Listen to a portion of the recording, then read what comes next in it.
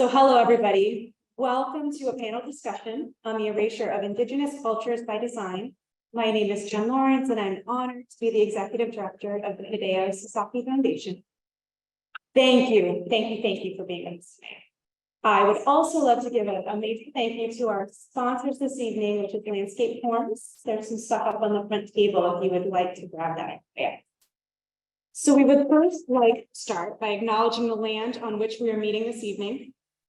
This land is the territory of the Massachusetts, Pawtucket, and their neighbors of the Wampanoag and Nipmuc peoples, who have stewarded this land for hundreds of generations. We recognize the repeated violations of sovereignty, territory, and water perpetrated by invaders that have impacted the original inhabitants of this land for 400 years. We extend our respect to citizens of these nations who live here today, their ancestors who have lived here for over 500 generations, and to all Indigenous people. We also affirm that this acknowledgement is insufficient. It does not undo the harm that has been done and continues to be perpetrated against Indigenous people, their lands, and water. At the Sasaki Foundation, we believe that design has the power to address the most urgent challenges facing us. Design can be an agent of change, and yet access to design, especially for people desiring to make change and preserve community, is often limited. Our work aims to amplify the voices of communities, to create space for dialogues that highlight important topics, social justice and resilience, and to provide design education and job opportunities for youth. To do this work, we have a strong team of staff and board members who tirelessly, as well as many volunteers. So thank you all for your work. We appreciate you, and I especially appreciate all of you young folk who joined us this evening. Thank you. I would like to now introduce you to our moderator and speaker, Amira Madison of the Wampanoag tribe of Gay-Head Aquinnah and the Supporting Indigenous Communities Fellow at the City of Boston.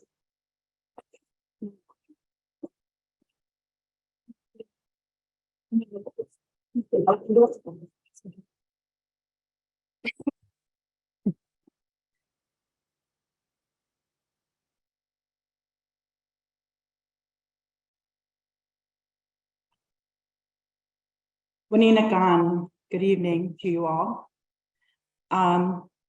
Sorry, it's been a long day. I just had some caffeine before this, so forgive me if I go a little fast or get a little jittery. My name is Amira Madison, and before I move any further along in my introduction, I want to send prayers to our up to the Creator for our sister Erin Genia, who is not here this evening. Erin is an incredible artist, and I'm so sad that she couldn't be here with us this evening, but we also have wonderful crew of panelists here this evening that I'm so very thankful to share this platform with. And so I would like to thank them. I'd like to thank Sasaki for having me, and Stephanie, who managed all of us in this, and Jen as well, and nurturing those conversations and discussions. And I'd also like to say that I am a person who loves to have talks and discussions and generally loves good questions. And I'm so thankful to have a space where we can do that here today, especially talking about something so sensitive as the erasure of Indigenous peoples in the land of Massachusetts.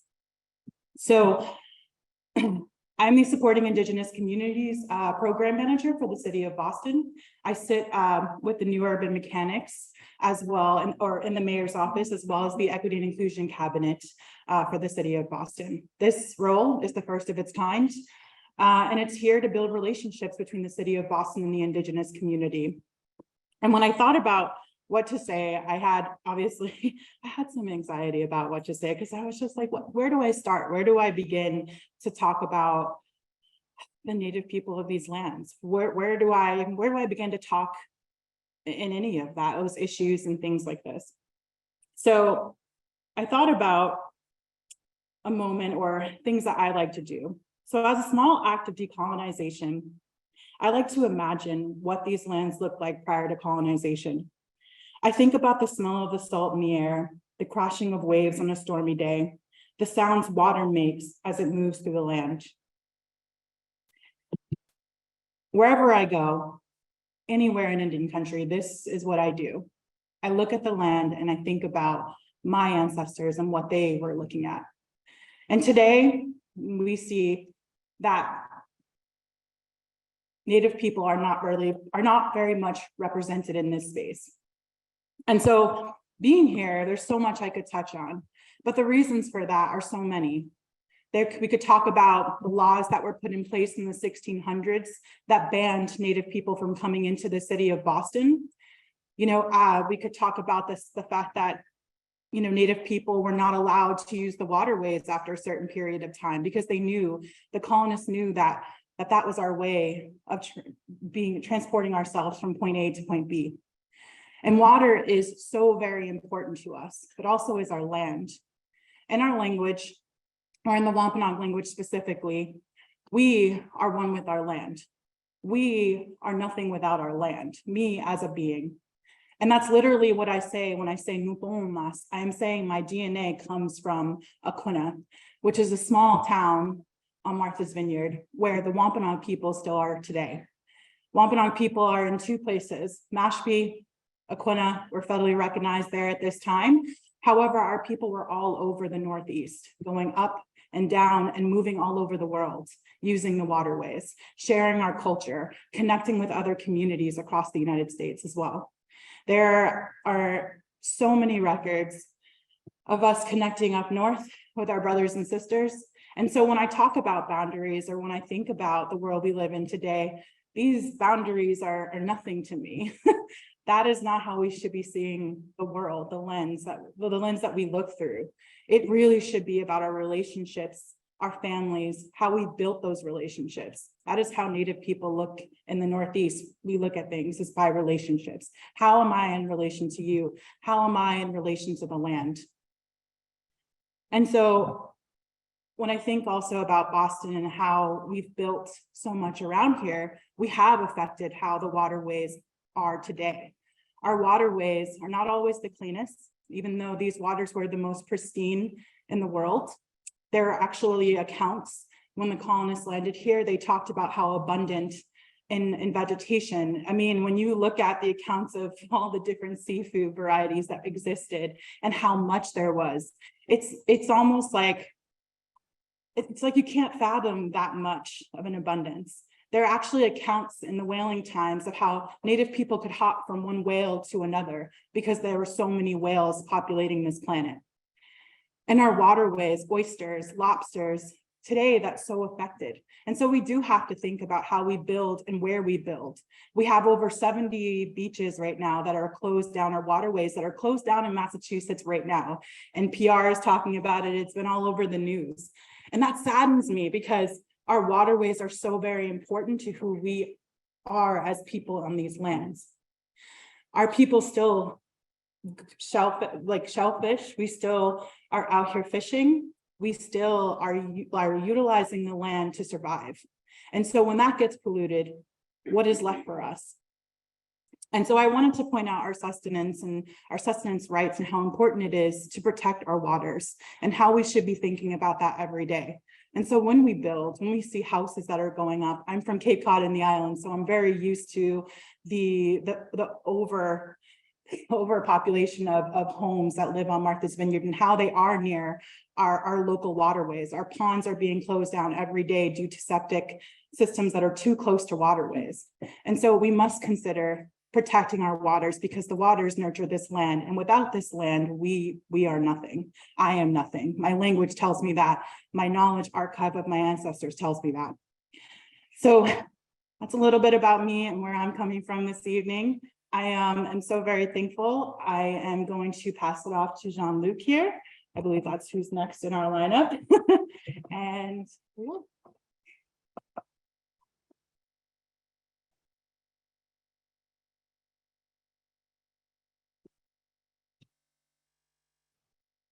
this is the, what is it, 30 seconds, 2 minutes. How much time do we have for introductions? 5 minutes? So that's an eternity. I could do half my presentation in that time. Heni hotu ima Jean-Luc Pierite tisa, ima Tayoroneka Tahalaik, tisa. Hello, my name is Jean-Luc Pierite. I am from the Tunica-Biloxi tribe of Louisiana, and originally from New Orleans. I have been living and working here in the Boston area since 2013. In 2017, I joined the board of directors for the North American Indian Center of Boston. We are Massachusetts' oldest urban Indian center. And when I say urban Indian center, I am talking about a history that goes back at least to the 1950s, in which the United States Congress adopted urban relocation and termination policies, so terminating the trust relationship between the United States government and indigenous nations. A lot of who we are and how we move through this world as indigenous people is informed by the politics of our existence. Our existence in some cases is resistance to the agendas, broader agendas of the nation state. So when I say that we are an urban Indian center, there are folks that have come here to live and work, yes, but under this idea crafted by the federal government to separate us from our lands, from our cultures, from our languages. And so who we are as an urban Indian center is providing those cultural and social services, so there is a lifeline, there is connection back to home. And we continue that legacy of advocacy for all of our peoples that come to this area. But we've expanded that too, because there are indigenous lives, indigenous voices, indigenous experiences that come here that we often think about as immigrant communities, folks within Chelsea, folks within East Boston, folks that are Maya or Quiche speakers, or other folks from Central and South America. And so we, especially during the pandemic and during this time of recovery and ongoing emergency, going from sort of public health emergency and going back into the consciousness of climate emergency, how can we continue to provide that sense of home, that anchoring space? And so that's a lot of what I'm here holding, and hope to elaborate on a lot of those themes in the presentation that I have for this evening. So Tikach, thank you very much, and I'll give the word to Claudia Fox Tree.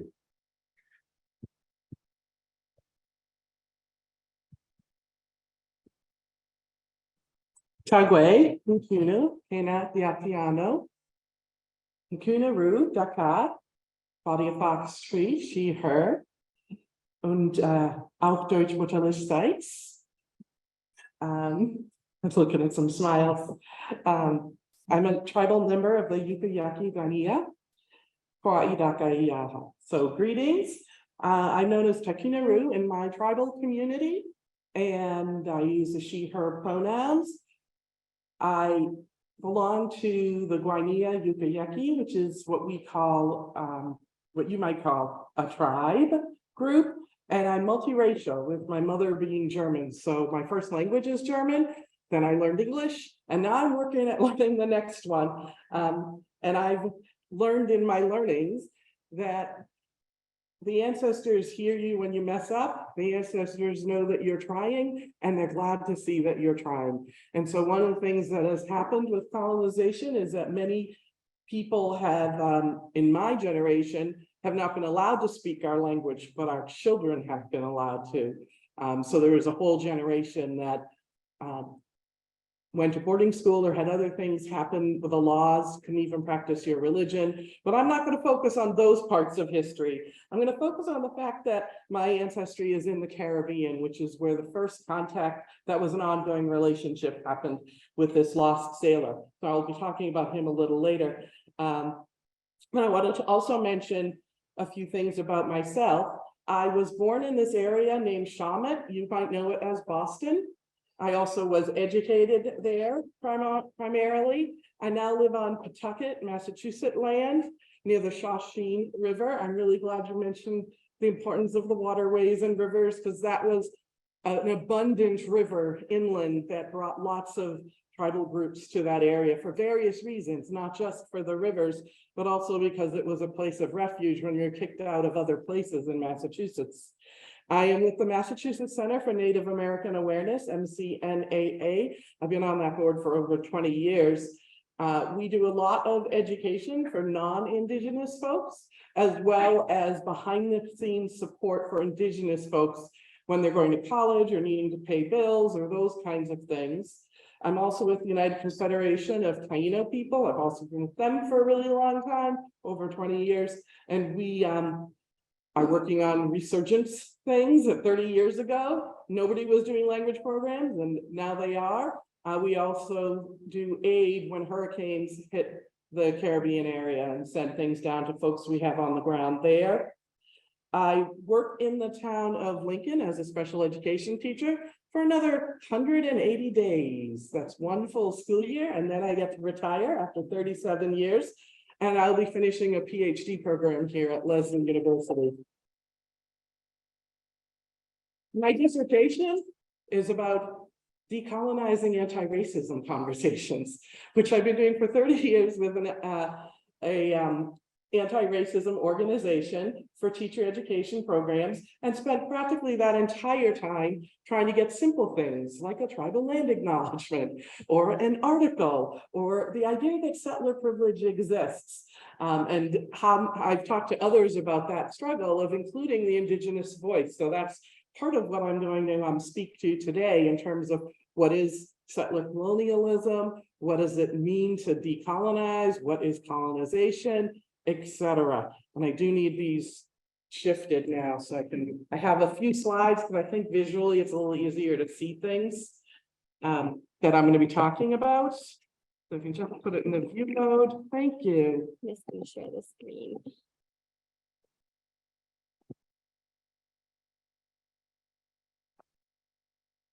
Thanks. So thought I call this decolonizing contact, right? View from the shore. What did you see when that person, lost sailor, came about? And as a teacher of teachers, educators, as well as of middle school students, especially with special needs, we're going to start with the importance of contributions and things in the culture that existed before contact. So I have a bunch of photos here, and I have a few words: barbecue, hammock, hurricane, cassava, pineapple. What do they have in common? We all bring our own knowledge, so there's no wrong answer. What would you call this grouping? Anything? Summertime. I like it. Yes, it could be summertime. What else? I mean, what is tropical? Any other ideas? So Claudia's title, and you could name it anything that you bring to it, but this is part of what is decolonization. It's looking at what we know, and then what can we add to it? And it's going to be covered up with these words. So let me see if I can get rid of them. I call it language and inventions. These are all words that come from the Arawak Taino language. Arawak is sort of like saying Germanic. It's the bigger group, and they were Germans. And Taino is one of the tribal groups that comes from that language. So Taino Arawak is often how people will refer nowadays to that group. So these words, you can imagine somebody shows up and is pointing, what's that, what's that? And they hear the Indigenous word for it, and they see the invention, the thing they've never seen before. So these are all new things. Yeah, you're gonna have to look at those things. I'm not gonna notice them all. And you're like, okay, barbecue, hamaka, hurricane, cassava, really? Well, cassava is a plant that tapioca comes from, and you could sort of see it's also called manioc, and I think of like manioc, tapioca, it probably had some little change in the speech. Pineapple is not indigenous, but pineapples are. They're from the Caribbean. We think of them all over the world. They're from the Caribbean, and I like to think of it as that symbol of the first thing that was kind of offered as a meal. You had all the fruits from the islands when someone would come, and pineapple would be one of them. And we still have pineapples as a welcome symbol, right? They're still in wrought iron gates. I think they're on the stairs here as a welcoming kind of symbol. Also, if you know, you know, let's see, there's also all these words that have to do with language and invention. So now we have canoe and K and cigar and guava, all of these things, maize, manatee. Again, if they're indigenous, somebody had to name it, and that word was the word that went to Europe. The people who were using it or doing it might not have been the first. I mean, it was probably Maya and Aztec and other people. And since that was the first contact, that's the word that went. So now that I've told you all a few of the really great and wonderful things, I just wanted to start with this lost sailor that we know as Columbus, Christopher Columbus. Back then it was probably Christopher, well, it was Colon. Cristobal Colon is what he was known as back then. And on October 12th in 1492, he came to the Taino Arawak and he said, they brought us carrots and balls of cotton and spears and many things, and they willingly traded everything they owned. They were well built with good bodies and handsome features. They don't bear arms, whoops. And they don't know them, for I showed them a sword, they took it by the edge and cut themselves out of ignorance. So this does not sound like warriors, people are gonna fight. This is a peaceful group, and that's what he says about them. This happens the very first night. He writes in his journal, they are good to be ordered about and to be made to work, plant, and do whatever is wanted, to build towns and be taught to go clothed and accept our customs. First night. Fifth night, they have no iron. Their spears are made of cane. They would make fine servants. With 50 men, we could subjugate them all and make them do whatever we want. On his first voyage, he mentions gold 70 times in his journal. He, in his pantomiming way, tries to figure out where the gold is. He sees little pieces of gold like in a nose or an earring or something. And there's been some gold found and some of it traded from far away, but there isn't a lot of gold there. He eventually does make people indigenous people pan for gold and fill this tiny hawk spell. That's something he gives as a gift the first voyage, because a lot of people don't know he did more than one trip. So on the first voyage, he gives this hawk bell, but on subsequent voyages, it has to be filled with gold or he will do something bad to you. And I'm saying that because it is Columbus doing this. It isn't like, it's not somebody else. You know, people say he didn't do those things. He actually did those things. So on his second voyage, which is about 6 months later, first of all, he has to get the ships. So he brings a bunch of indigenous people. So I didn't find any stuff, but I found people that you can enslave. And so, can you give me some more ships to go back? So you don't think that he came the second time to enslave, but let me tell you what was on his roster. 17 ships, 1,500 men, farmers, masons, carpenters, iron workers. That's an interesting group.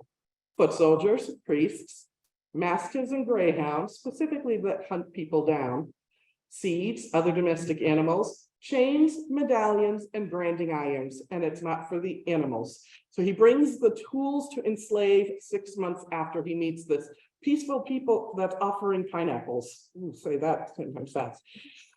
So on his second voyage, he says, if you discover that some among them steal, you must punish them by cutting off nose and ears, for those are the parts of the body which cannot be concealed.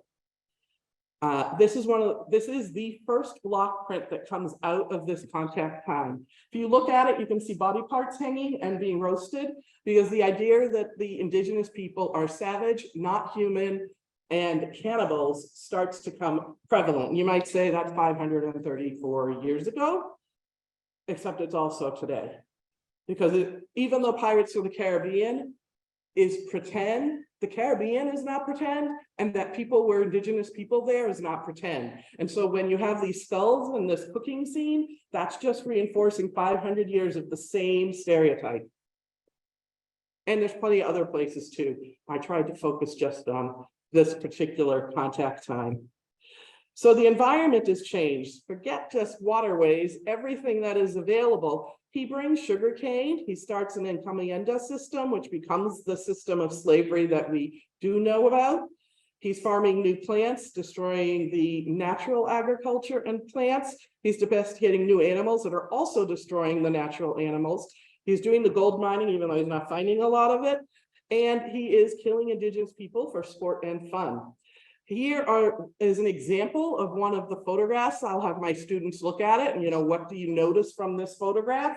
And, he's center and the indigenous people are bowing to him. And there's some obvious kinds of imagery that is put on this particular painting.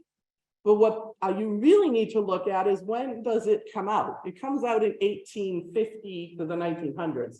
So this painting is not a 1492 painting. This is a painting during the time when indigenous people are being told to go in their place.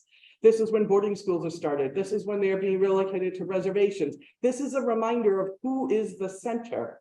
So looking at the date that the photos of the paintings are made is just as important as what is on those paintings.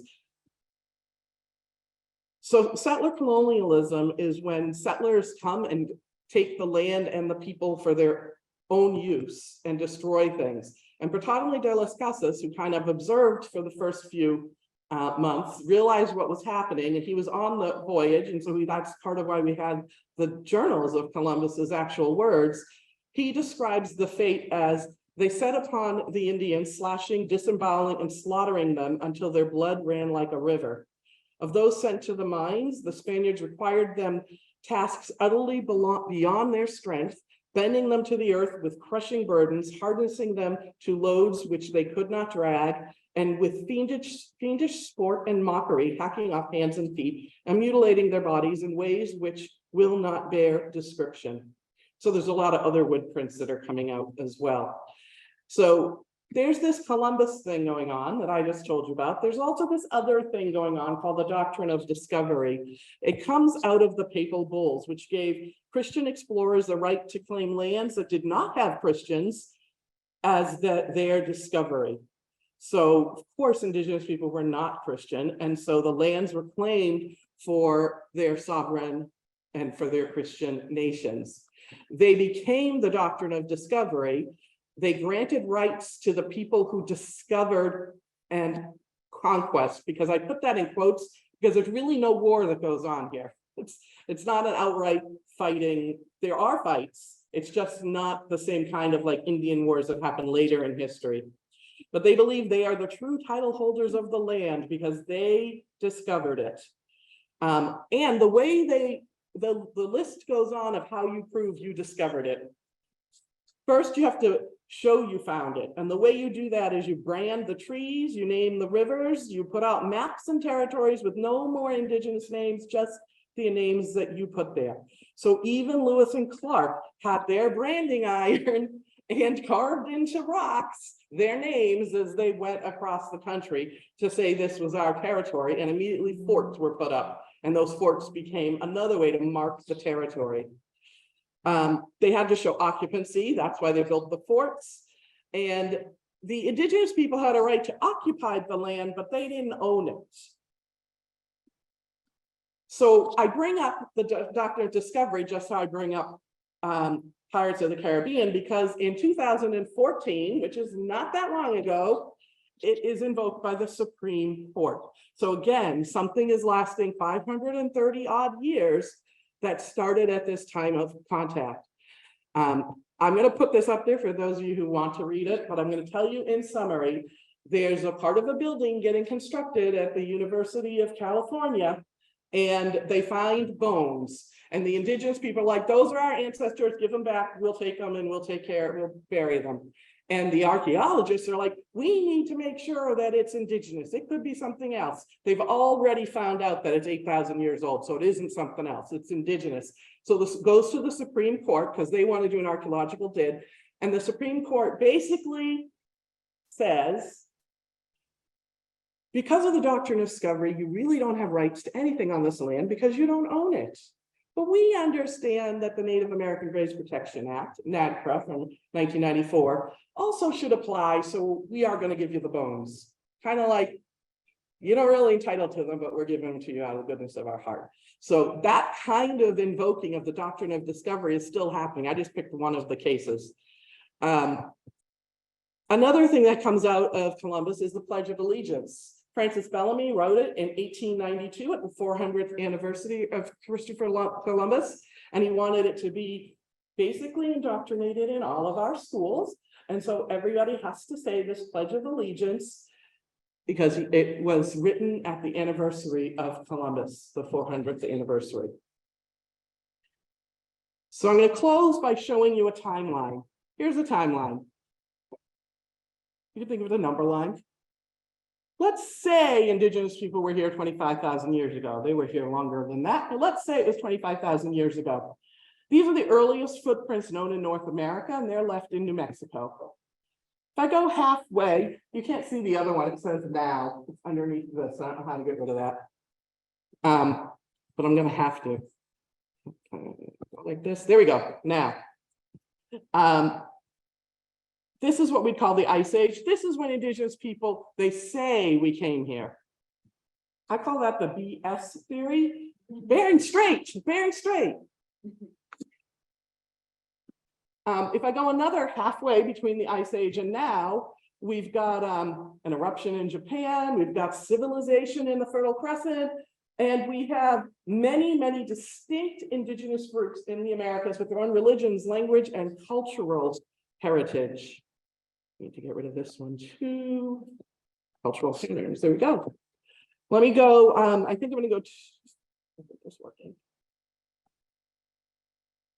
So 4,000 years ago, so 2,000 years after that, we have the Maya civilization. Oh, how do I get this not to click everywhere? What am I doing wrong?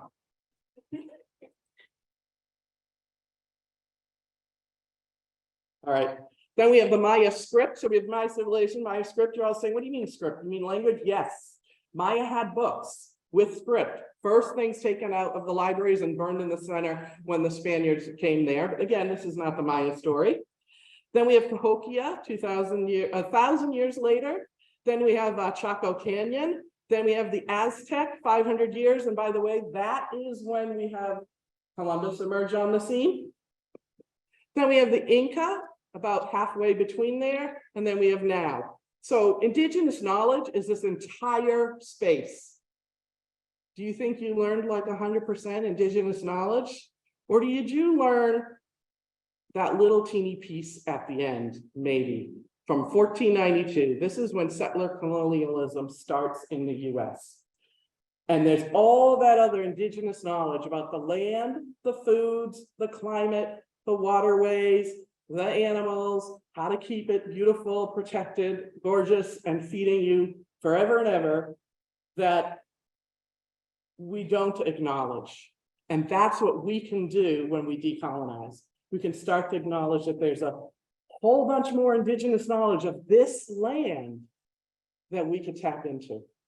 So Seneca Kahona, abundant blessings. Thank you. Ho-ho. You want to change the slide for me?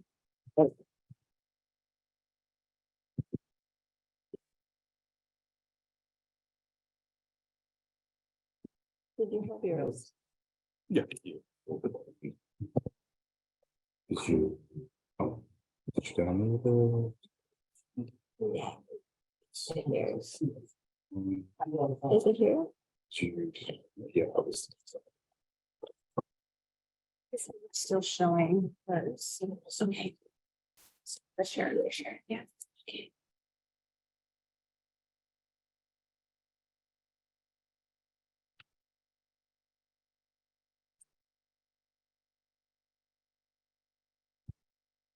Give me 1 second here. Whereas I'm going to just go ahead and blow this up. And I'm going to do this a little non-linear. Although I think that I should start on this picture, because a lot of what we're talking about tonight is around perception. And I often start with this picture because it's a good snapshot of who our community is when I'm talking about North American Indian Center of Boston being that urban Indian center, and who exactly is represented within that story. But the story of this picture specifically is around 2021, when acting mayor Kim Janey worked with us and other community members, tribal leaders, to actually come up with the executive order to recognize Indigenous Peoples Day in lieu of Christopher Columbus Day. Also within that executive order was planting some seeds for a Supporting Indigenous Communities Fellow position within City Hall. But when I talk about perception, when I talk about the importance of this moment, yes, it was a victory. Yes, it was received in our community as a certain way, and it was received by the residents of the city of Boston in a certain way. But when this picture went out, and I looked on Instagram, there is a media outlet in Brazil called Media Ninja. Now, city of Boston, maybe they had like tens, maybe hundreds of impressions on this picture when they posted it. But that Media Ninja outlet in Brazil, and that story of Boston's first Black woman mayor signing an executive order, standing shoulder to shoulder with Indigenous peoples and recognizing Indigenous Peoples Day in lieu of Christopher Columbus Day. This picture had 45,000 likes and hundreds of comments. Now, why is it that it would resonate a certain way here, but then when you go down to Brazil, when you go down to a country led by monsters such as Bolsonaro, that it resonates so deeply, this moment, that you think it's just municipal, but it carries throughout the world. And I'm going to go down because I want to also talk about who I am, kind of build off of those themes that Claudia shared with us. So my name again is Jean-Luc Pierite. He, series pronouns. I'm actually coming to the Boston area in 2014. I started a temporary position at MIT's Center for Bits and Atoms, and then was moved into the nonprofit sort of arm of that office called the Fab Foundation, which fosters and supports the growth of the International Fab Lab Network. And through that work, I actually started to become close partners with friends over in Barcelona at the Institute of Advanced Architecture of Catalonia. And it was in 2020 that I actually started a program called the Masters in Design for Emerging Futures. Prior to me actually going to Barcelona, one of the advisors says, "Well, but Jean-Luc, you're coming to Barcelona, you're coming to the bad guys. Why would you come here to learn from us?"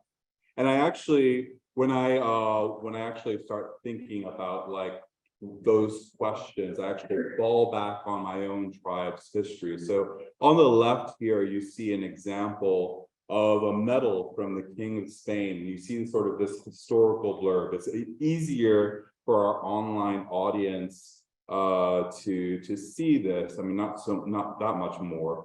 However, this is awarded by then the Spanish governor of Louisiana, Bernardo de Galvez, and recognizing how my ancestors, our Tunica peoples along the Mississippi River, were friends and loyal to the King of Spain. And so we have sort of this top-down system of values and historical connections. So yes, why not? Why not go to Spain? Why not go to Catalonia? Why not go to Barcelona? However, I also, just to kind of like give the quick tangent, when I show this slide, I contrast this this sort of top-down value system with the value systems that are cultivated here. One of our community members, Hartman Dietz, worked on this wampum belt within North American Indian Center Boston and taught other community members how to make wampum beads. And this belt is not ornamental only. It is actually an encoding of the United Nations Declaration of the Rights of Indigenous Peoples. And this belt was then brought down to the Southwest to actually be taught from in a law school.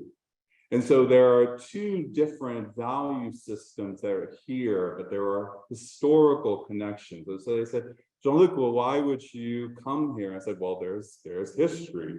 There are things that we can still learn from each other. And I had this idealistic sense of, oh, I'm going to Barcelona, it's going to be beautiful. It was in the middle of the pandemic and things were all shut down. But one of the first things that I did after the history of the beheading of the Columbus statue in Boston's North End, I actually then went to Barcelona. I was like, I want to see the Columbus monument here.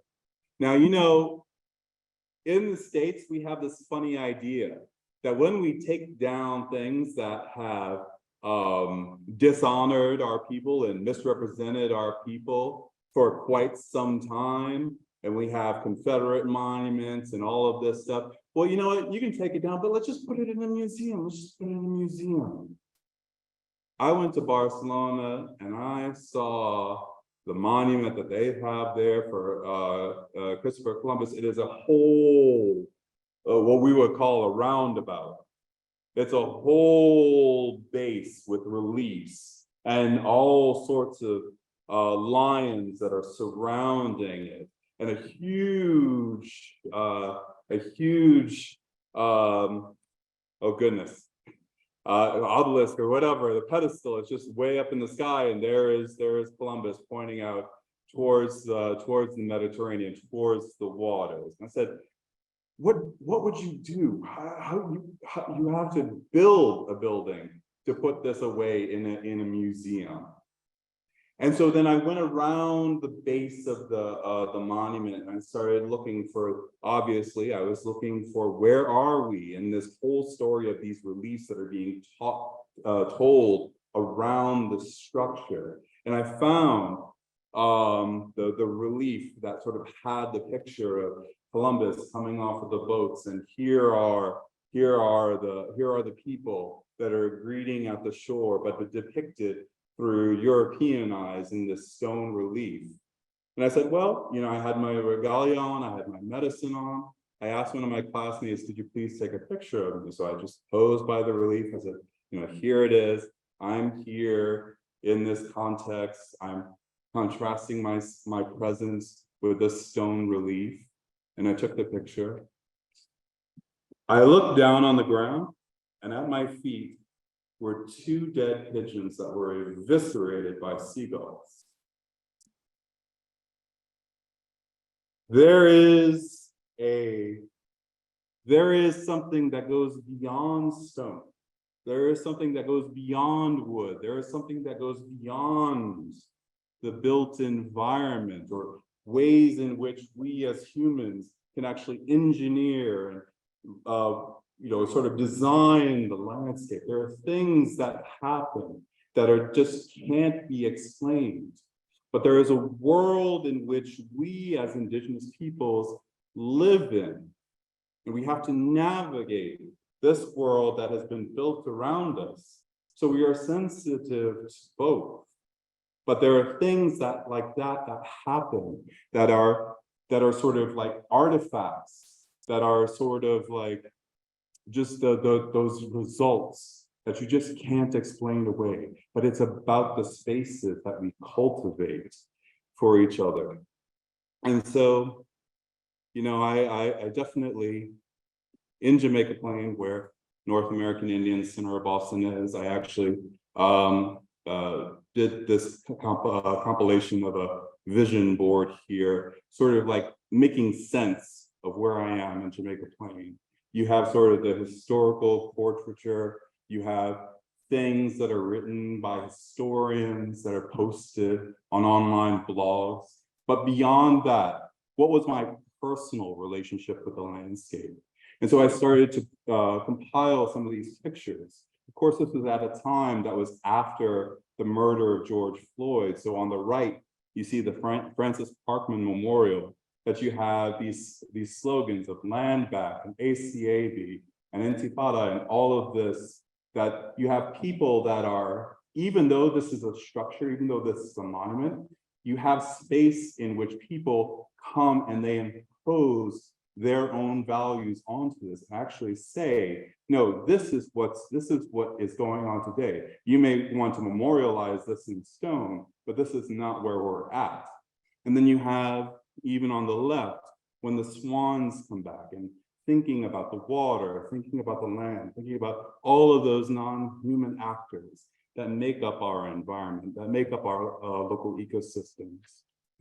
And so when we're talking about the doctrine of discovery, we're talking about this visit by the Pope to the lands of the First Nations to the north. We have these Anishinaabe cousins saying that, no, the Pope coming here and saying that I'm sorry, that's not enough. A piece of reconciliation is just not enough. You have to rescind the doctrine of discovery. But even if the Pope were to say, no, this is not what we're going to do anymore, who are the people that are on the ground that still comply with this doctrine of discovery? Who is actually implementing and crafting these spaces that is informed by this doctrine?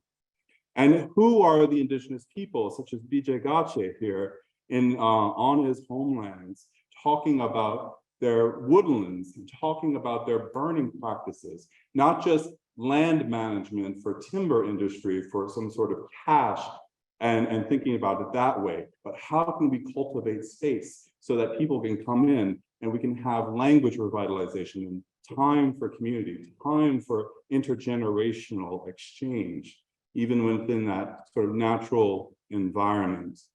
And then thinking about how we get to a point of healing, how we get to sort of like the ceremony of reconciliation, thinking about Chief Lynn Malerba here and Dartmouth College, and how the papers of Samson Okum were actually repatriated back to the Mohegan people. Papers and work and life that was committed towards the development of self-determination of his peoples, but then was exploited to build a college within 200 years of history. Only 20 Native people actually graduated from, until the Native students themselves started to get organized about that.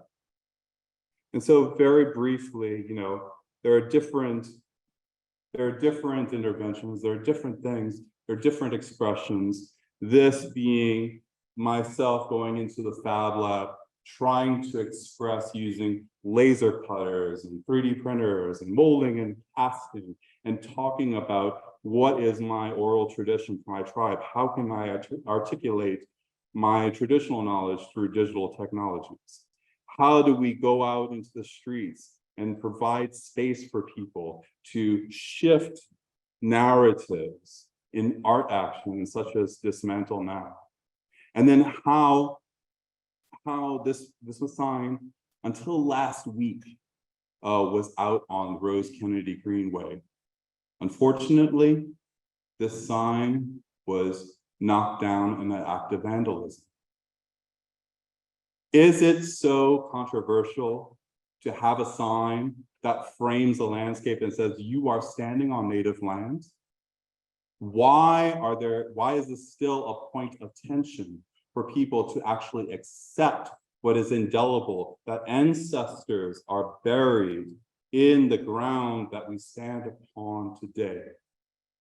And what are we going to do to actually respond to that? So I'm going to stop and save some of it for the conversation, but I'll give the word back to Amira. Feel free to start, Amira. Well, thank you both so much for the presentations. So much information and work and context in there that I don't really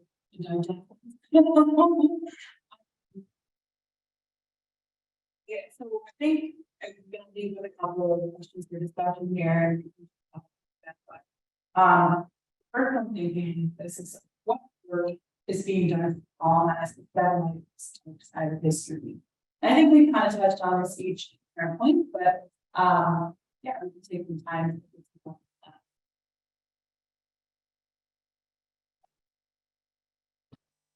that. I think there's a lot of stuff happening behind the scenes, and it just takes time.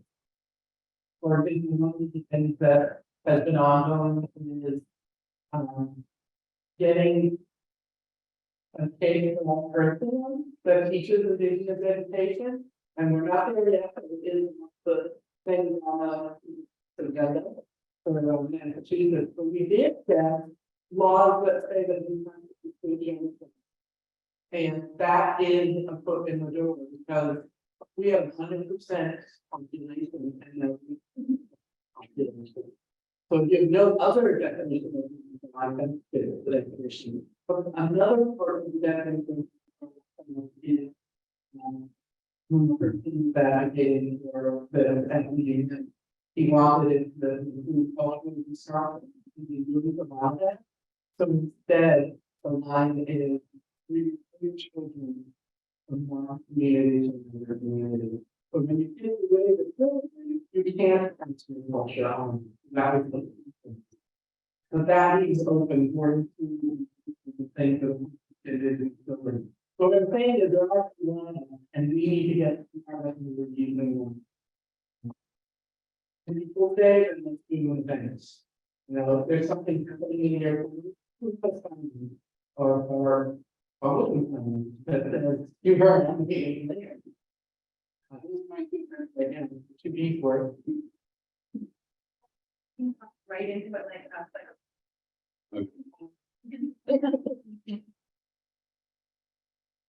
Yeah, I coming into this event, I actually I started to question sort of the title of the event, the Indigenous the Erasure of Indigenous Culture by Design. And yes, there is design, yes, there is the built environments, but I continue to remind people I am involved. And we have in our building within the design, within sort of like what is the stonework, what is all of this, but then also the wrought iron that goes along the balcony in the quarter houses, or you sort of like all that the iron that was done by West Africa that actually incorporate the Adinkra symbols. And so while there is sort of like the vision, the North Star, sort of like how do we have these things within the margins, within the spaces, anything that we can find, any way we can just put a little bit in there. And so, okay, maybe I'm not, but maybe as a trained craftsman, as a worker, even anybody who actually plays a part within the process. How can I sneak just a little bit in? Maybe it's within the raw iron. Maybe it's within the kitchen. we have to swim a little bit more chilly just to get this world. Just what can we actually do? Because we had so much as Indigenous peoples, you know, it's a meme, you know, thinking about sort of like 5% of the currency, 5% of the population, yet 80% of the biodiversity being stewarded. We may not be rich, but we have the knowledge and we have ways in which to. So yeah, we stand against a lot of dark history, but there are ways in which we can find those spaces, even for a little space off left, and get that elbow to break open the door. You can do today, you can do tomorrow, you can do that you like, and that is and longer. And then when they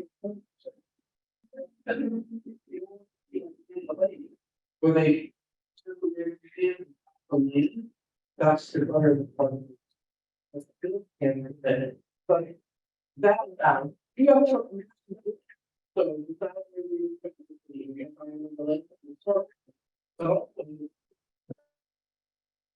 where were you born? Where did you visit this summer? Where do you work? Instead of using the names that the last 250 years go by, use the tribal names, use the indigenous names, don't use Charles River, use the original Wampanoag name, or Massachusetts name, actually, I think it is. And then you can say the other names. So I went to Choctaw territory, you might know it as St. Louis. I've gone to Crow territory, you might know it as Montana.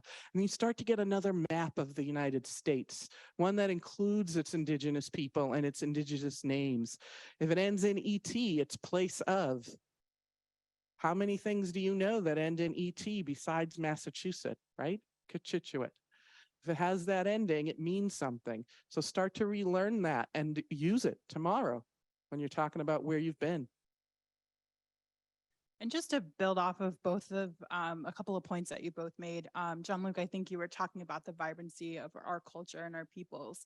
And even though we have certain foundational, I think, values as Native people, each community is uniquely different. And I think it's so very important that we work to understand that. And I think that's why it's so impactful, that timeline, and thinking about what we don't talk about, because we're missing so many communities and cultures and stories that are not being told. And it's actually super frustrating, but I was at a youth conference recently. I took two of my little cousins to a youth conference, a Native youth conference, and it's called United National Indian Tribal Youth, Inc. It started in Oklahoma City by a Native man. And we had, there were over 2,400 youth from all over the United States. And one of my favorite things that I was reminded of was how colorful and beautiful our people are. You see so many different outfits and expressions of our culture and our ways, down to the differences in our communities. I'm wearing wampum. Wampum is all, most people from the Northeast you're gonna see, and spaces rocking wampum. But depending on what community you're in, you're gonna see a difference in the things that are around them from the land. And actually, I ended up working out a trade with somebody to trade some wampum for some local pieces from his area, actually in California. So that is our way. Those are our ways, thinking about how we share in our culture. And I touching on the language and land, the ut, the ut, that talks about land. And so when you are doing work in the Northeast or anywhere that you go that has Native peoples, you should be working with a community that is local to that or in the area, because the language tells us so much about the land, right? Like what I can learn from, the word like Aquinnah, place at the end of the island, you wouldn't know that just by simply going to the town that used to be called Gayhead by the settlers on Martha's Vineyard. But then was changed to Aquinnah, which a lot of our elders had some issues with because they were old timers. However, that is one of the names giving to that area. And it is the language and the name tells you about the land and how vibrant the area was, what was important or unique about it. And most words in the language here in the Northeast, it's going to tell you about how the water runs, why it runs the way it does, where it's located. You know, like there actually is a name of a man, and I learned that his name literally loosely translated to one who squats. So they knew that this person was adversely like going after land. So the language can tell you so much about a person, but also a place. And so it's important for us to reach out to our community, our local communities, to work with them with the language and understanding the land. That is actually, I think, one of our biggest archives. And actually Jessie Little-Dilbert, who is a world-renowned linguist, talks about this, talks about how language is our archive, our ancestors, our connection to our ancestors and our archive. And I think that there are so many things I could go into in terms of, you know, decolonizing. One, it's recognizing that me, myself, I am colonized and I have to start, I had to start shifting my thinking. I still am in that process every single day of shifting how I look at the world and how I look at the lens that I'm using. Because I have grown up, I was born in Boston, I lived in Chelsea, I hopped around in different areas of Boston until I moved to the Vineyard when I was 11, but I was a foster child and I was brought home, or returned home due to the Indian Child Welfare Act. And that really changed my life because it really connected me to where specifically my mother and my grandmother and my great-grandmother were from. And I'm from a matrilineal community. And you know, I think a big thing that is not talked about in the Northeast is how women were the center of our society and our world here.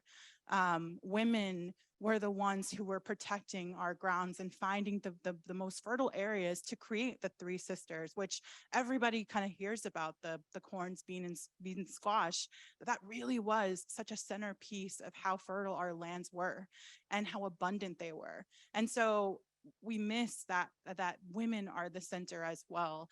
And I think, you know, talking about colonization, talking about, you know, going through that history has really opened my eyes.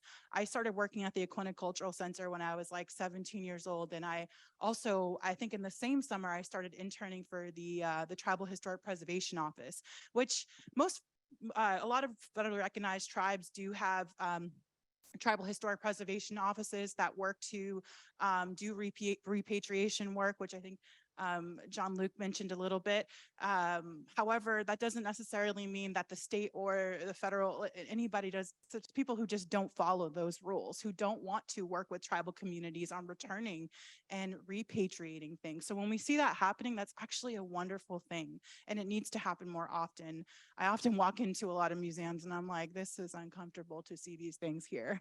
Let's return them to the communities. However, so I had the opportunity to work for the Cultural Center for years and learning about genealogy and our people and the history of our people. And I think it's so important to share that. And so today, I in every conversation I am working through, I am hoping to bring that historical lens to it. And that is part of decolonizing. So myself, but also working to help decolonize other people in their minds, letting them know about the power of women and how they are the center of our communities and the work that we do. And in our community, women still hold a lot of the work. And I'm on tribal council, and there are many women who are on tribal council as well. And it's just a powerful thing to help understand. I also think that empowering young people, giving the letting them be autonomous and welcoming them into spaces and conversations where change is happening is super important, because our Native young people, they are left out of the conversation all the time. I'm actually working on a couple of projects, one of them being helping to support Indian education funding coming to the Boston Public Schools. And I'm hoping that happens for next fall, not this one coming, but the next one. And that's really difficult to even do because we were told, well, there are not a lot of kids, you know. However, when we looked at information and data, they were way more than they thought. But even still, you know, bringing the equity lens to a population that is so small, that's an interesting conversation to have all the time. But it should not matter, because they are the peoples of these lands, and they deserve to be seen. They deserve to see themselves represented in this city. Everywhere I walk, I am constantly thinking about young people and how they are not seen. And that actually just infuriates me to think, because I had that experience. We didn't talk about Native people prior to a certain grade. 5th grade, I think, was when we really started talking about King Philip's War. And even then, we didn't go much into it. So, and there's so much more to talk about when we talk about Native people in the Northeast. I could talk for days about this, but there's so much history. And so it's quite disrespectful and disgusting that we don't go further into that history and teaching that to people. And so our young people are not feeling seen. They don't feel welcomed. Our elders don't feel safe. And that's one of the biggest things I've come to learn in this role with the city. And I also have, I'm also working on a project to look at bringing sacred fire to the city of Boston with NACOB, actually the North American Indian Center of Boston. And how do we support Native people and their inherent right to fire? And even having to explain to somebody what ceremony is, I should not have to tell you what ceremony is. We don't ask other people what religion they're practicing and why. Like we just are like, oh, you're Catholic, you're Christian, like, cool, do your thing. You know what I mean? But for us, we have to tell you what ceremony is, what is involved in ceremony. What do you do it for? It's none of your business. It's my practice, and I should be allowed to do it in this city, but I am not, due to a ban that occurred in 2014, I believe, or 2004. I always get these dates mixed up. But huge missed opportunity, I think, to be inclusive of Native people. And I think it genuinely was a mistake that occurred. But we have to be cognizant of the policies and the things that we're doing around us, the conversations we're having. There can't just be one Native person speaking for all. That's not possible. I'm Wampanoag, and I can't speak for Tunica-Biloxi. I can't speak for Navajo people. I can't speak for Alaska Natives. I can speak a little bit on it because I visited those communities, but I'm not even an expert in my own community because there's so much more to learn in my community. So those are some ways that I think decolonization can happen, but is happening actively. I think I'm sad that Erin's not here because she could really speak to art and how art is that form of decolonization. I think Jean-Luc, you showed a little bit in the forming of your oral history and putting that to a physical kind of piece, but that's a huge way that I think Native people express themselves. That's why we have artisans festivals, powwows, and we're allowing people to come into those spaces because we want to tell you our story. So those opportunities to do that, collaborate, ask for communities to bring those things to you. I would love to see an artisans festival from Cape Cod and the islands come to Boston, because historically we have been banned from here. Historically, our people have been pushed to these reserves or these tribal lands, which were lucky enough to be our traditional lands, but it's so much bigger than that. And so our people have since we've been federally recognized since the 70s, but prior to that, hundreds of years, a couple of hundreds of years, we've been on Cape Cod and the islands and not necessarily moving as we used to. And so these are ways I think that we can think about decolonizing and opening our minds to what can be. And I think Native people have that ability and can bring that joy and that love and that light to anything that is happening here. And when we do that, we're opening it up for young people to feel seen. And that to me is super important, not just for myself now, for my children, but for the 7 generations that come after me, and thinking about that. I'm not sure if there's anything you both want to add, but we can go on to the next.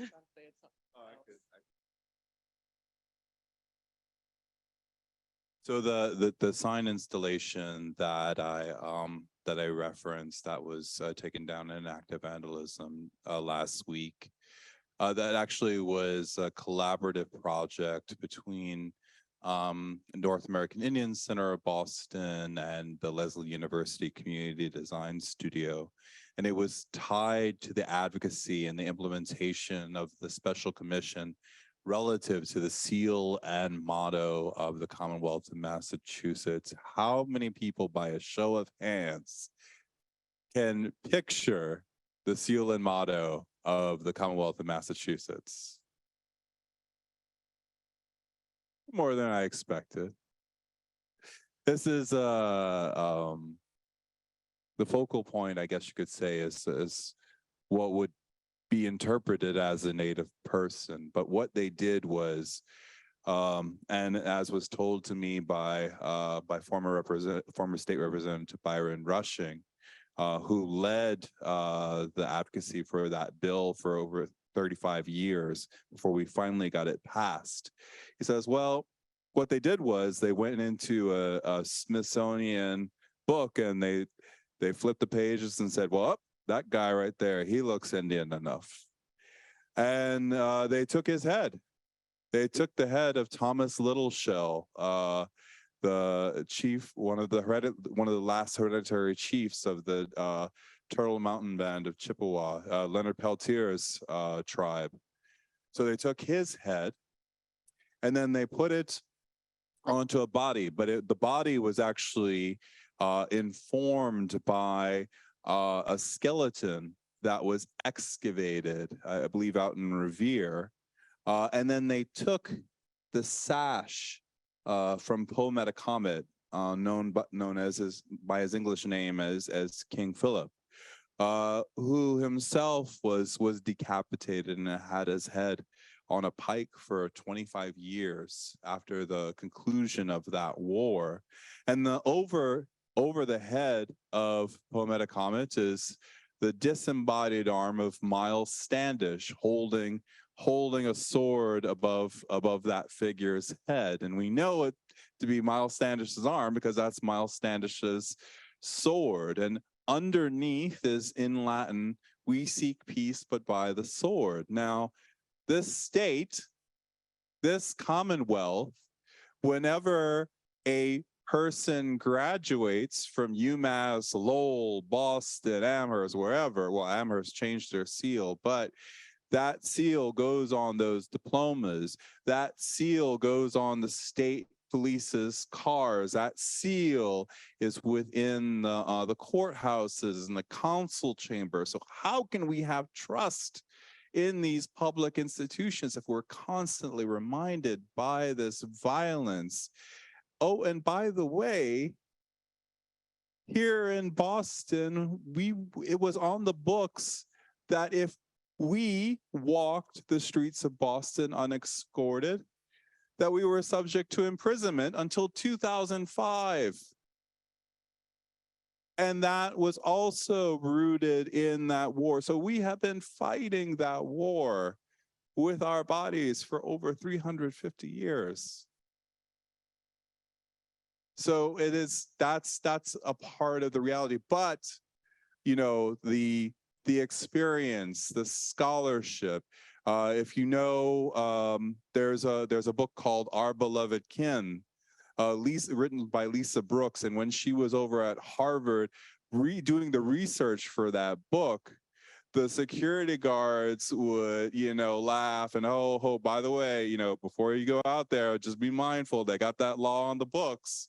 Yet still she persisted and she wrote and she gave us the clearest picture that she could of that war. So you need to read that book. You need to educate yourselves of what happened, but what is happening to the people today. And I think just to add a bit on that too, I think that when we talk about inclusivity, like, and creating, you know, inclusive spaces for Native people, we have so many Native students that come to be educated in this city and this state, and they don't feel seen. So I think to your point, like, it's absolutely devastating that we have such an opportunity to build a thriving Native community, which we have, but very small. However, we have an opportunity to grow and build this community here, but the space doesn't necessarily create this safeness or this trust to be here and to feel seen. You know, it's funny, you go to Savin Hill, and if I used to live in Savin Hill, and if you look on the side of Savin Hill Station, there's this mural of a village, a traditional village. And it always gets me because I'm just like, I'm pretty sure nobody looks at this, but also nobody thinks about this area or the different names like Shamit you mentioned in the beginning, right? Nobody thinks about these spaces as being native and these words being native. And so we have such an opportunity to build a future here for a thriving Native community. And we've been surviving, I think, for 400 years, and even more, I think, in the, since the 70s and 60s, when we had a migration and immigration of Native people here. But I just think that Native people can tell you what futures they see for themselves. I see a world in which there is a National Congress of American Indian conference that comes here to Boston. We have the NAACP here in Boston this week, and it's such an amazing opportunity for us because we haven't had it in 50 years, I think, or something like that. But that's an incredible opportunity for the city of Boston. And so why can't we host something like the National Congress of American Indian, where thousands of tribal leaders come together to think about the problems of today and what's happening and how do we solve that, but also how does the government actually advocate for Native people. And so when I think about those futures, we have the answer. So just, I think, including Native people in conversations, and more than one, in a representation depending on area, but also doesn't matter what area. I think Native people have value in anything they do. And this kind of goes in, I think, to the next question, and then we can either shortly answer this and go into Q&A with everybody else. But as a design industry, what can be done to break cycles of discrimination and become inclusive of Indigenous peoples? And I think we've touched on this a little bit, but.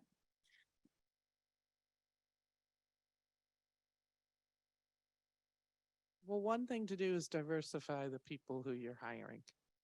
And you got to put it out there that you're looking for that kind of innovation, because you can't outright say, what's your background, what race are you, what tribe are you, or any of that. So you have to put it out in the description. So you're recruiting people who are interested in the kinds of topics and things that you want to do. Do you want to make green spaces? Do you want to figure out what materials make sense with this landscape and this land in some way that you get who you're looking for?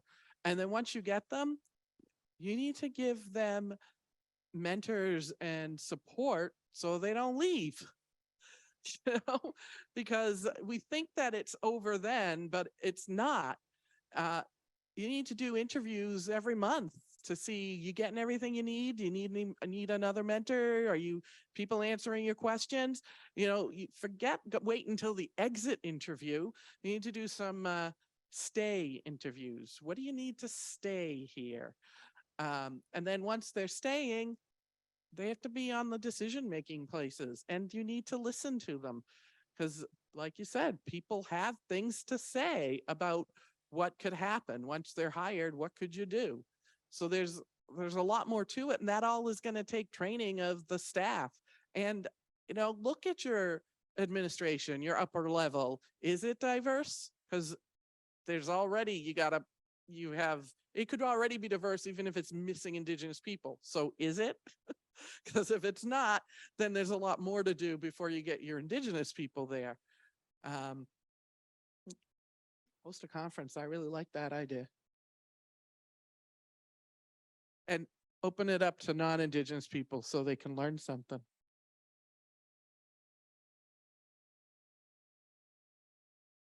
Well, I was waiting for it to be. So during my time in the master's program in Barcelona, I was cultivating sort of this overall project idea, I called it Indigifab, and sort of the vision statement behind it was sort of acknowledging emergence, origins to sustain balance as future ancestors. And that's not just for Indigenous peoples. That is for everybody in this room who is a designer. That when I ask you, who are your people? Who are you bringing into the room with you? Who is your family? Who is your community, that professional community? Who is standing behind you? Who is informing the biases in your mind, understanding who you are, and then also understanding within the context of where you stand. So going beyond that act of land acknowledgement, saying, you know, we are on the unceded land of these people and and going about it in a way that if I went on Google, I could get those exact words. But what is your personal relationship? Where are you rooted? Who are you bringing along with you? So that's the first step. And then there was the step of, okay, thinking about sort of fab labs and what is digital fabrication and what is it to bring laser cutters and 3D printers and CNC routers and mini mills and vinyl cutters and all of that stuff into my local ecosystem. Are these tools that are going to perpetuate that sort of like vision, that philosophy that informs the doctrine of discovery? Or is this something that I can actually welcome into our community, into our homelands, welcome in a way that it's not quite different from the genealogies, from the epistemologies of our peoples, those ways of knowing that we have ancestrally? Thinking about the wampum belt, thinking about those purple and white beads and the act of physically encoding a document into a belt. Think about that in ways of which it's actually binary logic. It's software to have that belt, to hold it in your hand, but then to say, yes, but this is a file. This is something that is representing this other thing. And I know it because there are purple beads and there are white beads. There are ways in which I know that digital technologies are not quite different from our own traditional ecological knowledge. So how do we affirm those value systems and those ways of knowing as designers, as people that are cultivating new leaders, new designers? And yes, you know, allow or make space or just hand it over. Noam Chomsky said, just hand it over to Indigenous peoples because we've been doing it wrong the whole time. And we're well, you know, we're not going to make that 1.5 Celsius. We're probably 2.4 Celsius. The ocean currents are not going to be there anymore. So you really have to let somebody else take the wheel. I had an additional thought in terms of how you work out your designs. Indigenous people or collectivist culture. If you had another timeline or continuum of individualist on one side and collectivist on the other, you'd have the United States on the very end. That means every single other culture is less individualistic than a typical person in the United States. And companies use that strategy as well. So how do you make your decisions, your creative process, collectivist? How do you make your designs in a way that bring in the community? I mean, the word caucus, which is groups working together, is an Indigenous word. That's another way to think about Indigenous ways of knowing, but not just Indigenous, Everybody else is a little more collectivist and thinking of the community and how this is going to serve. So, you know, if you're making a hospital, where's the family space? If you're doing a working place, where's the family going to come and the children going to stay? Because Indigenous people don't make those kinds of sharp divisions. That doesn't mean we're all talking over each other. Absolutely not. A lot of us have a talking stick, right? One person speaks at a time. So there's structures for conversation. It isn't the loudest person or the first person that talks. There's all kinds of ways to look at your process to indigenize, and find an Indigenous person and just start talking to them. They'll probably come out with the ways that they do these kinds of things. And that is a collectivist process. I also think being mindful of the communities that we're working with. And I think that, you know, for a very long time, I think for 400 years, we have as a society not worked to understand Native communities. And so now that we are, especially after the murder of George Floyd, you know, we have a lot of people who are interested in the concept of land back and understanding Native communities.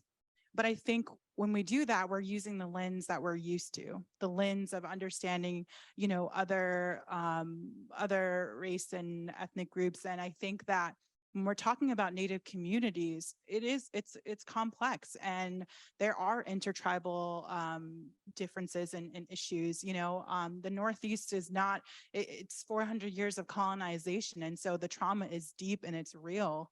You know, I think and so in saying that, I feel that it's super important to make sure to utilize, you know, those communities that have a historical presence here.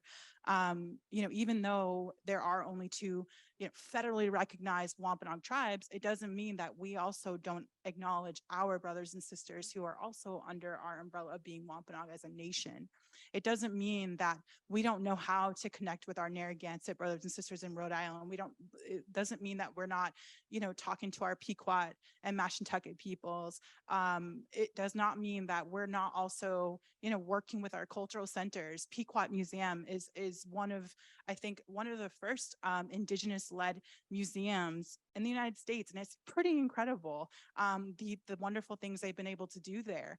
And that's on tribal lands in the hands of Native people. And so there are so many resources, especially urban Indian centers that exist, that were created to be this hub for those who are migrating. But also in this case, we have our brothers and sisters from Canada who really were a big part in the creation of NACOB.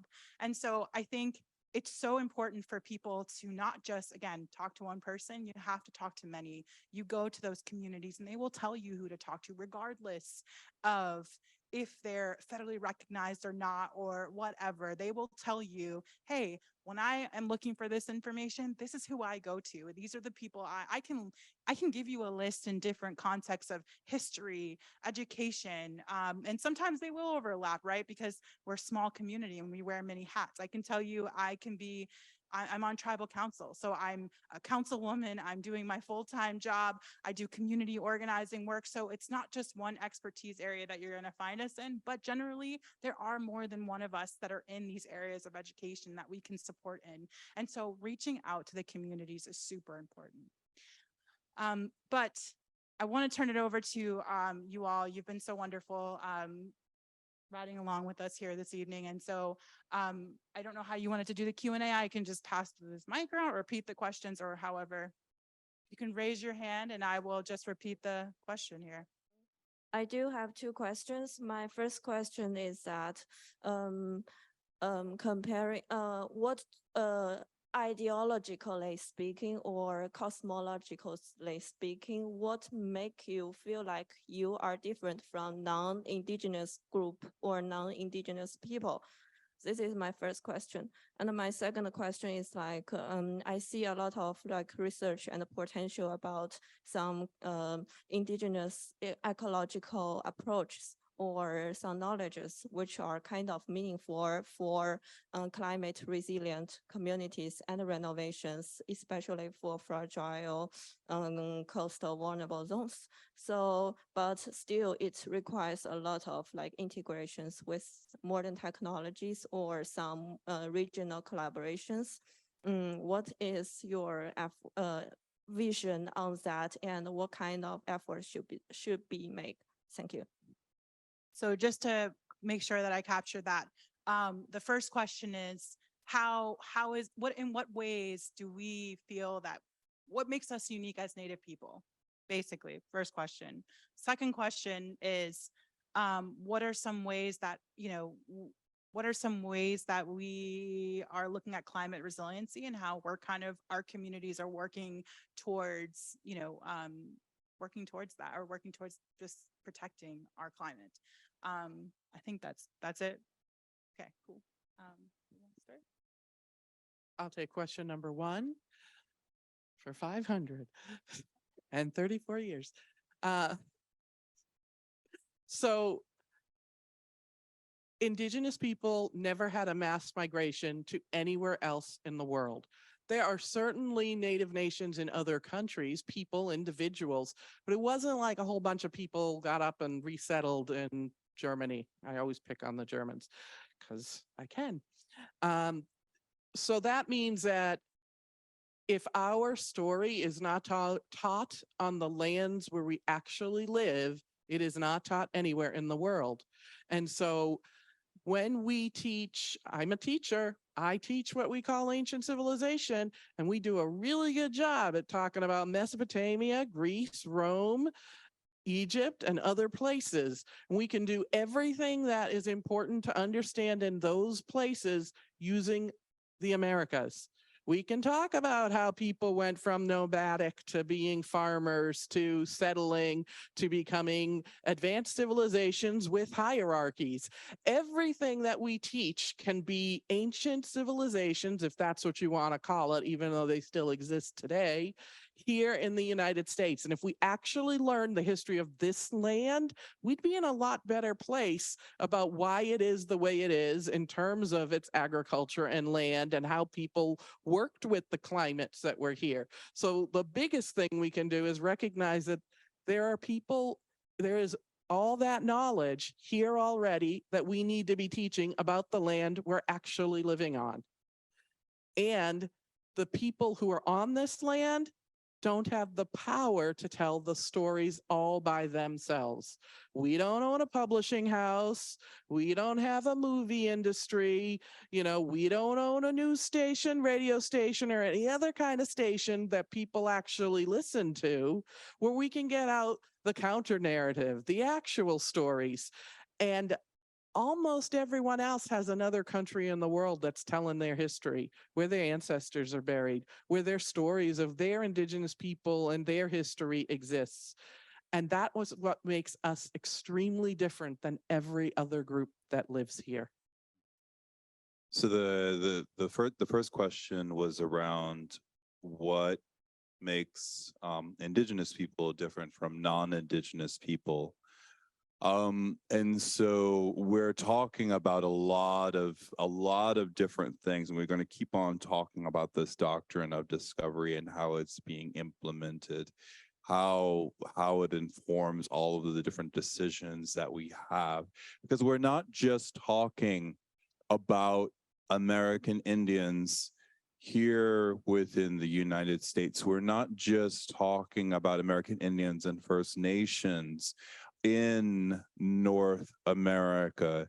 We are also talking about the Maori in New Zealand. We are talking about the Chamorro in Guam. We are talking about the Sami in Europe. We're talking about the Aymara in Bolivia, who are now defending their land because our thirst to uphold this unsustainable way of life, but then sustain it in such a way to go after renewable energy, but then actually go after the lithium in Bolivia and exacerbate the water crisis that's there.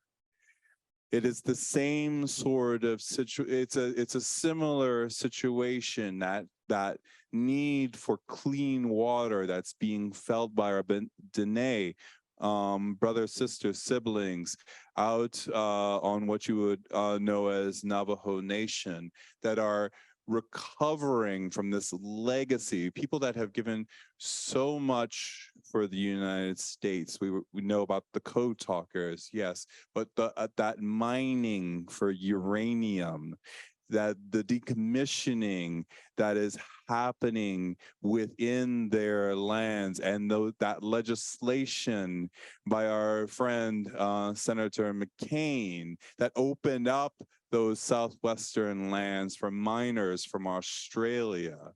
This sort of like this way of this perpetuation of systems of extraction and capitalism, things that have always affected us. When we go back to 1492, what did Columbus do?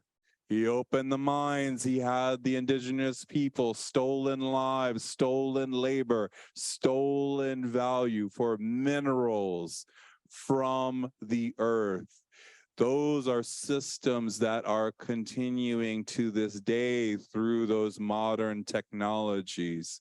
And yet, we have access to those technologies, and we have ways in which to use those technologies to actually develop our own traditional ways of knowing. So yes, indigenous peoples who stand counter to nation state.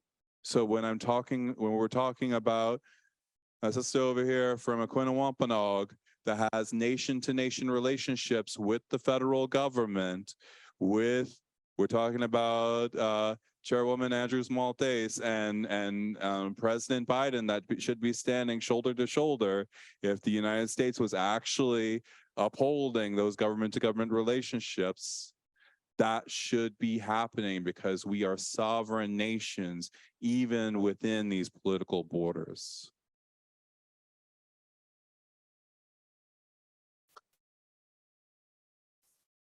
And I think I just want to add to this as well, that I think, I can only speak from being a Wampanoag woman.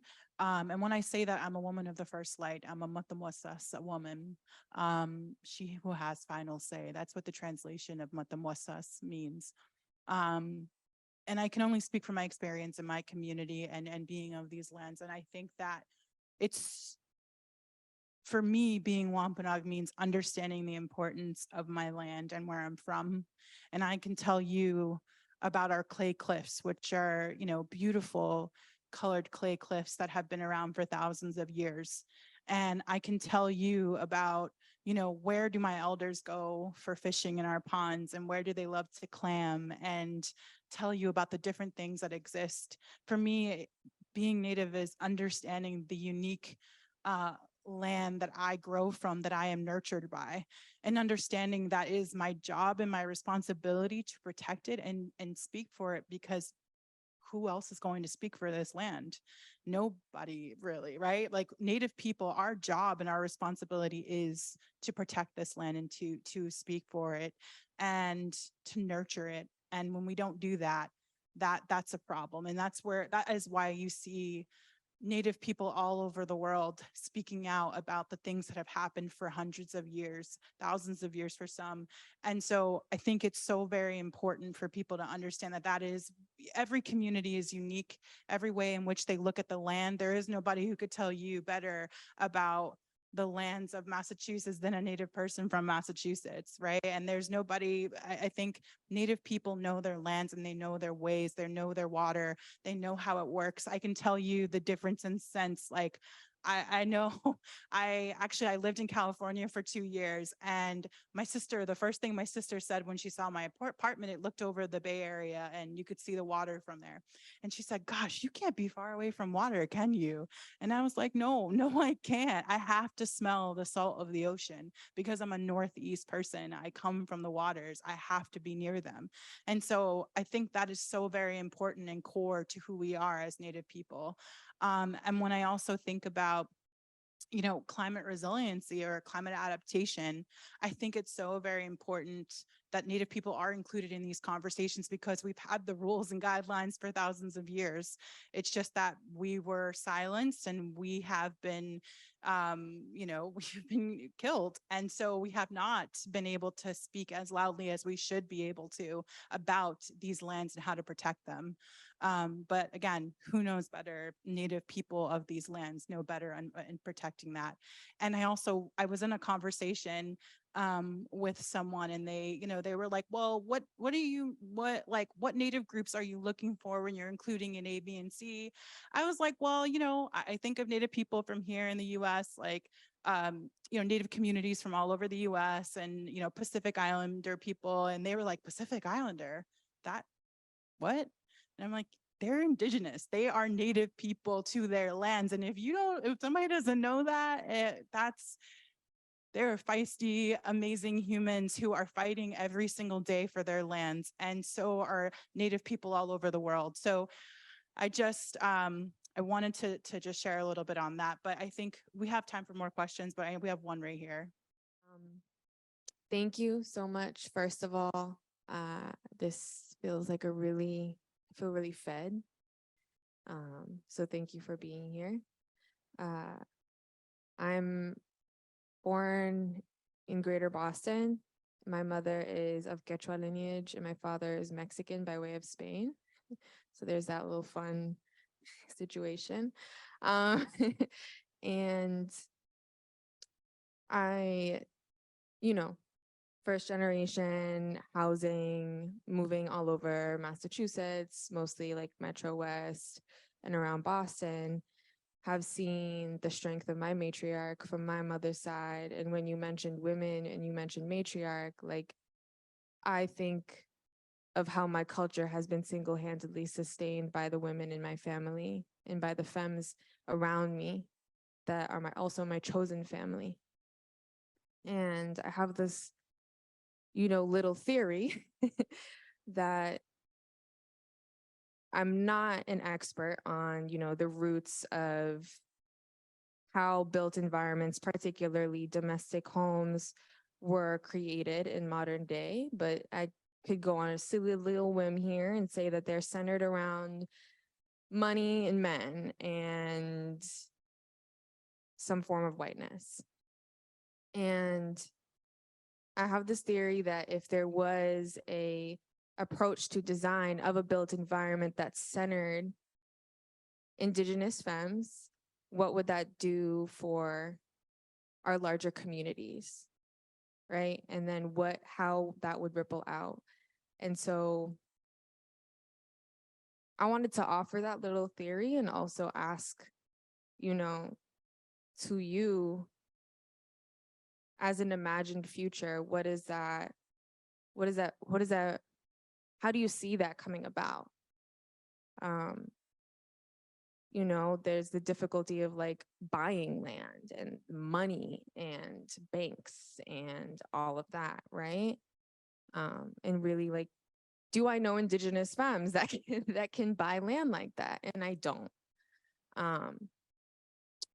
And so I have this imagined future of this built environment that centers the people I love and who love me and that have sustained me, and who I think have the capacity to actually heal this land and its people. And it's an imagined future. So I'm like, how? Like, what do you think? Not an imagined future, it's like already happening.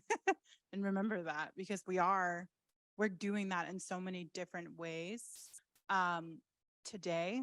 And I can just speak briefly on this. I think there's one organization that's the Native Land Conservancy. That is, you know, this organization for land back in its native led, a female, a Native woman, a Wampanoag woman leading that effort. There also is something coming down the pipeline, another all female led Native group that's going to be about land back, a space to not just purchase land if the opportunity presents itself, but to also receive land back.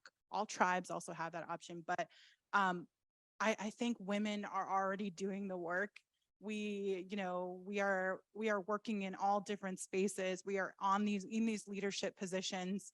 And especially in the Northeast, I think that, you know, other communities I think are doing the same. So I think it's just a matter of us continuing to move forward and using our voices. And I think we're very lucky to come from a time period right now where more female voices are in these spaces, and it's so powerful to see. And I feel so lucky to have that opportunity, whereas I don't think my grandmother or my great grandmother would have had such the opportunity, but they were also from a community that allowed that. So it's, I wonder about the perspective on other communities who have not been allowed that opportunity and didn't have, that are not matrilineal or matriarchal, right? And what that's like. So the next.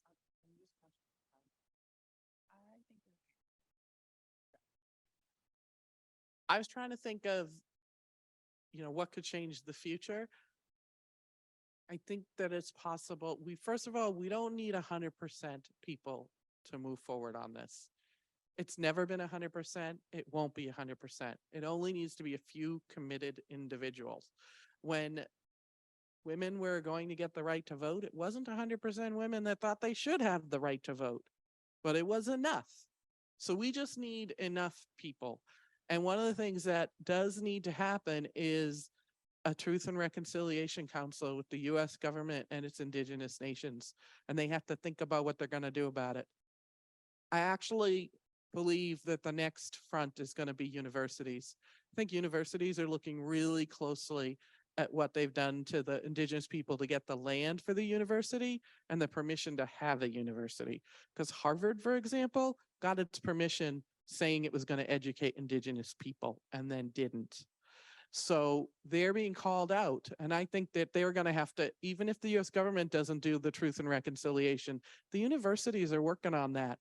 And it's a path. It's not the only path to figuring out how to organize and get the respect with a degree or get into a position that you need a degree for. It is one way. And so that could potentially be another place that is going to come to terms with its colonizing racist history. And there's other places where that is going to happen. Maybe it'll be a town. I mean, it wasn't the state saying Indigenous Peoples Day. It was town by town by town. It wasn't even the state that ended slavery. It was town by town by town before it became a federal law. And so it can still be that, the small committed folks making changes that then turn over the entire state.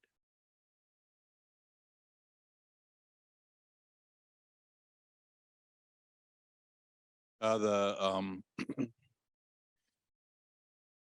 of the I know I'm gonna try to be as brief as possible. Part of the process of decolonization is the acceptance of the non-binary, the different genders, because we are not before all of this, it wasn't just man and woman. There were people that were in between that went, you know, I can't speak for all cultures, but think about, you know, not just he, she, and they, but then you have 5 or however many, but the people that actually move between these different modes of identity and what are their roles within those communities.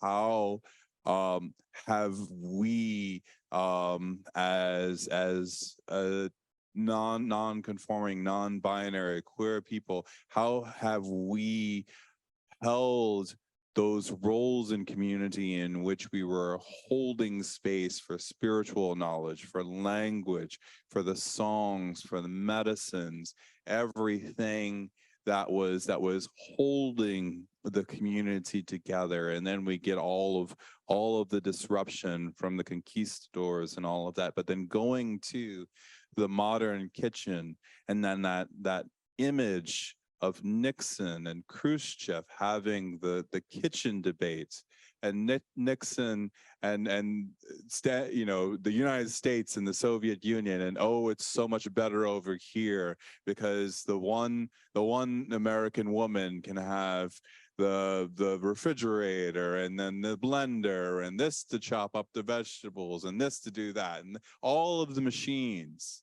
And yet, where is the space for the grandmother, the auntie, the great grandmother, the people that should be in the house that have been replaced? I mean, automation happened in the kitchen well before, we understood what was going on through society. So, there's all of that. And, now we have these sort of like euphemistic sort of like, oh, to think about later in life and think about that place for mom. Where is that place for mom? Where is she going to go? Well, I mean, why aren't we taking care of our women in our households? Why aren't we, holding that space? So yeah, I mean, there are so many different things that come about, but I also, want to be conscious of my time. But yeah, lots of stuff that come up for that. Thank you, and then continue talking. So thank you all so much for coming. For folks online, we'll keep this open so that you can hear the conversation and feel free to talk, but I don't want anybody to feel that you need to stay because I know it's getting late, especially you three. Thank you so much. We're just honored and it's incredible.